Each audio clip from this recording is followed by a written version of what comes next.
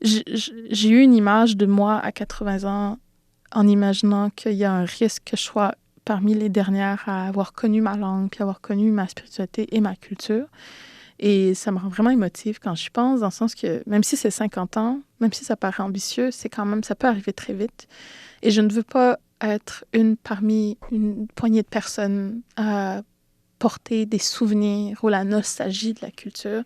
Et donc, il faut absolument qu'on travaille à la garder vivante, puis à lui trouver une structure. En fait, c'est ça, je parlais tout le long, il y a des structures, puis je rejette des structures, mais il faut qu'on trouve une structure à nous qui va permettre à la culture de rester dans le temps.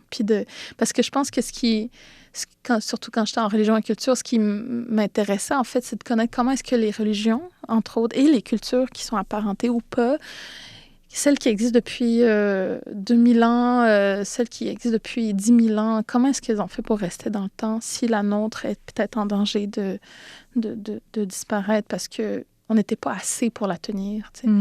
Et donc, je me suis dit, je me donne un objectif. Dans 50 ans, il faut absolument que ma culture puis le peuple inou soit absolument vivant.